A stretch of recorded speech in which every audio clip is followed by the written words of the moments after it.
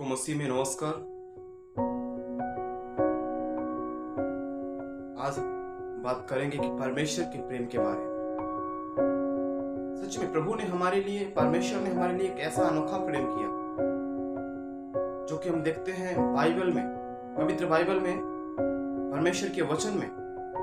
यूहन्ना उसका 3 अध्याय उसके 16 आयत में अच्छी रीति से लिखा है उसमें कि परमेश्वर ने इस जगत से, इस संसार से, इस सृष्टि से इतना बड़ा परमेश्वर ने प्रेम किया, थोड़ा नहीं, इतना बड़ा परमेश्वर ने प्रेम किया कि उसने अपने एकलौते पुत्र को दे दिया ताकि जो कोई उस पर विश्वास करे वह नष्ट न हो परंतु अनंत काल का जीवन पाएगा।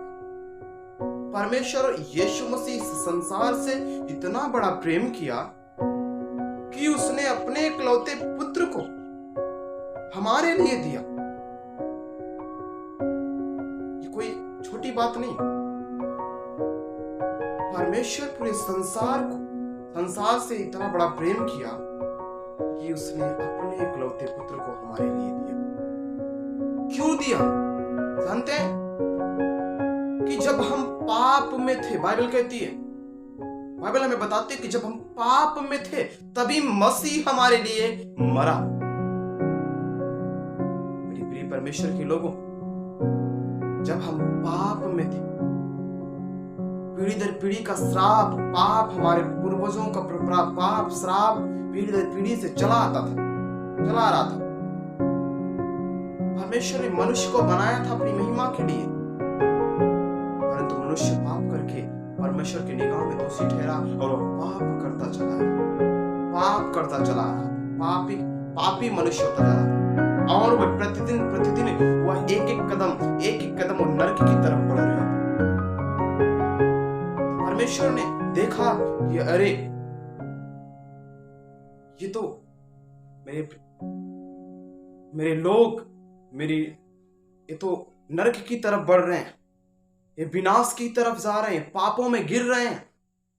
तो परमेश्वर ने अपने इकलौते पुत्र अर्थात यीशु मसीह को हमारे लिए दिया। इतना बड़ा परमेश्वर ने प्रेम किया कि यीशु मसीह आया इस पृथ्वी पर, हमारे पापों के लिए वो मर गया, दुख सहा, घोड़े को मार खाई, कांटों का मुकुट पहना और वह क्रूस पर चढ़ गया हमारे पापों को लेकर। मेरे प्रिय परमेश्वर के लोगों, जो हमने पाप किया था, जो पाप का दंड हमें मिलना चाहिए था, वो यीशु मसीह ने हमें आजाद करके वो दंड को अपने ऊपर लेकर हमें आजाद किया। उस पाप से, उस दंड से हमें मुक्ति दिलाया और यीशु मसीह क्रूस पर चढ़कर प्राण त्यागे और वह कब्र में गाड़ दिए गए और वह तीसरे दिन मृतकों में से वह फिर से जीवित हुए।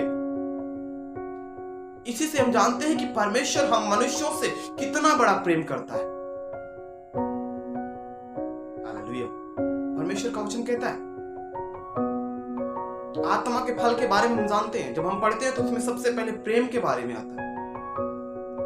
प्रेम एक ऐसा अनोखा शब्द है जिसे सुनते ही हमारे मन में एक प्रेम की भावना उत्पन्न होने लगती है, जिसको सुनने के लिए हमारे कान खड़े हो जाते हैं कि प्रेम, परमेश्वर का प्रेम। सच में मेरे प्रिय परमेश्वर के लोगों, परमेश्वर आज हम सबसे इतना बड़ा प्रेम किया।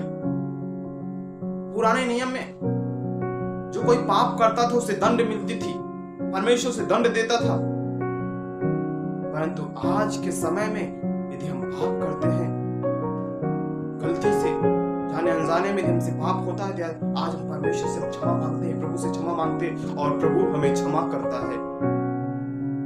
परमेश्वर कहता है हमारे पाप को परमेश्वर ने उद्याचल से अस्ताचल जितनी दूर है उतनी दूर हमारे पापों को परमेश्वर ने कर दिया है। यानी जहां से सूर्य उदय होता है वहां से लेके जहां अस्त होता है, इतनी दूर हमारे पापों को प्रभु यीशु मसीह ने हमारे पापों को हमसे दूर कर दिया। इसी से जानते हैं कि परमेश्वर कितना बड़ा प्रेम करता है। हमारा परमेश्वर एक प्रेमी परमेश्वर, दयावंत प्रभु है। वो परमेश्वर यीशु मसीह, जो भी हमने वचन से देखा बाइबल से देखा, यूहन्ना उसका 3 अध्याय उसके 16 आयत में लिखा, परमेश्वर ने इस जगत से इतना बड़ा प्रेम किया। सच में परमेश्वर ने इस जगत से बहुत बड़ा प्रेम किया, जिसकी कोई तुलना नहीं कर सकते। इतना बड़ा परमेश्वर ने प्रेम किया।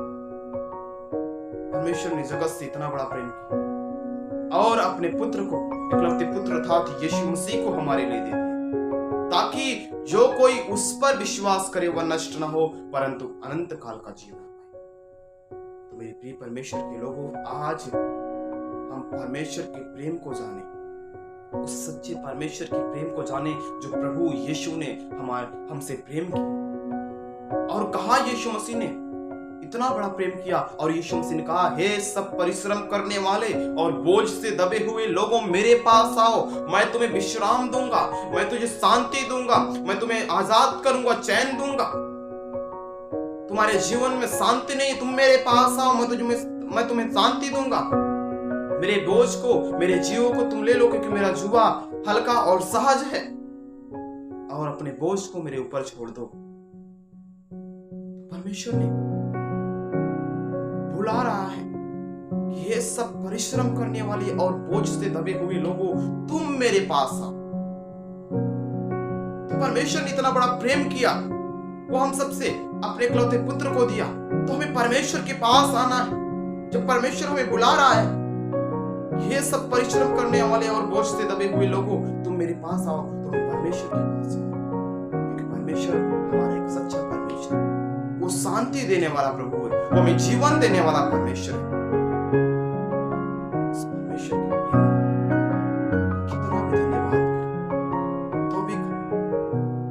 पूरी लाइफ, पूरी जिंदगी परमेश्वर को धन्यवाद देते रहे तो भी कम है, जो परमेश्वर ने हम सबके प्रति किया।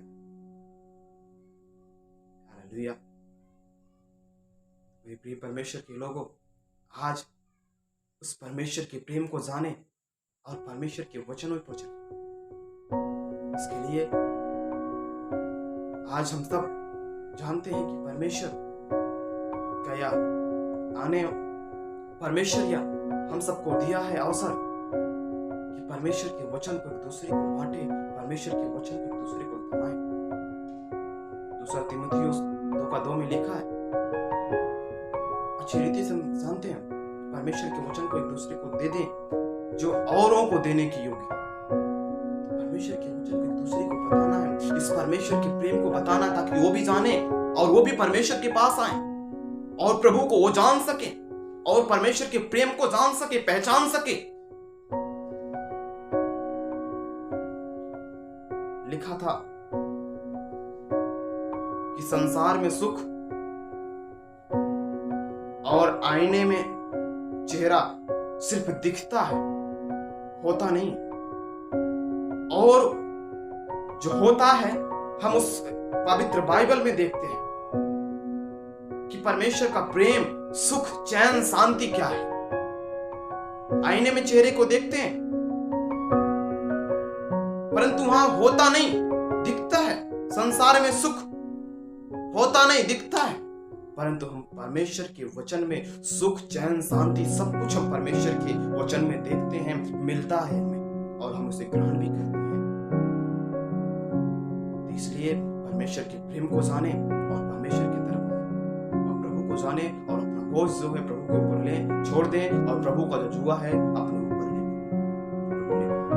इसलिए परमेश्वर के प्रेम के बारे में जानते रहे और परमेश्वर के आज्ञा के अनुसार चलते रहे और प्रभु में बढ़ते रहे। सभी को फिर से एक बार जय मसीह और प्रभु बहुतायत की आशीष आशा।